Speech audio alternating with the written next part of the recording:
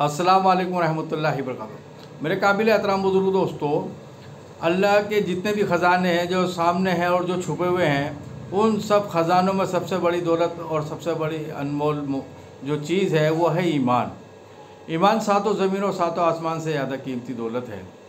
ईमान का मिल जाना फ़ख्र की बात है, लेकिन ईमान को बचा के ले जाना ये फ़िक्र की बात है, क्योंकि शैतान हमारा खुला दुश्मन है और इसने अल्लाह से वादा किया है कि मैं तेरे बंदों को भटकाऊँगा और बहका कर उसको जहन्नुम में पहुँचाऊँगा।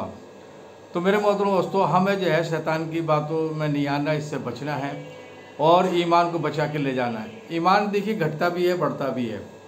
अगर ईमान की मेहनत होगी तो ईमान बढ़ेगा और ईमान की मेहनत छोड़ देंगे तो ईमान घटता रहेगा। इसलिए ईमान की फ़िक्र में लगे रहें।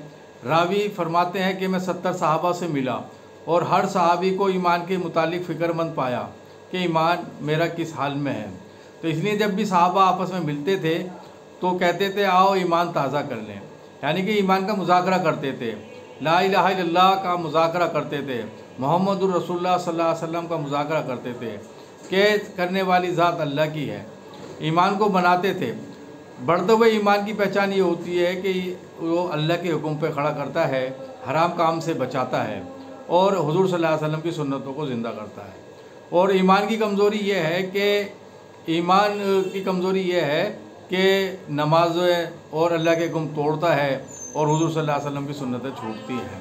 इसलिए मेरे मोहतरम दोस्तों, ईमान की मेहनत में लगे रहें। ईमान की मेहनत में लगे रहेंगे, ईमान बढ़ता रहेगा और बढ़ता हुआ ईमान हमें नफ़ा देगा। इसलिए मेरे मोहतरम दोस्तों, हमें हर वक्त अपने ईमान के मुतालिक फ़िक्रमंद रहना है। एक मरतबा हज़रत हंज़ला रज़ियल्लाहु अन्हु घर से चिल्लाते हुए निकले कि हाय हंज़ला तो मुनाफिक हो गया, हंज़ला तो मुनाफिक हो गया।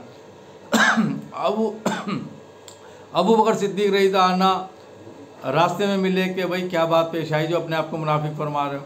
तो अर्ज़ किया कि अबू बकर, जब हम हुज़ूर की सोबत में होते हैं तो हमारी कैफियत कुछ और होती है, जन्नत दोज़ख हमारे सामने होती है और आँख से हमारे आंसू जारी होते हैं, और जब हम अपने घर में आ जाते हैं बीवी बच्चों में लग जाते हैं, हंसी मजाक में लग जाते हैं।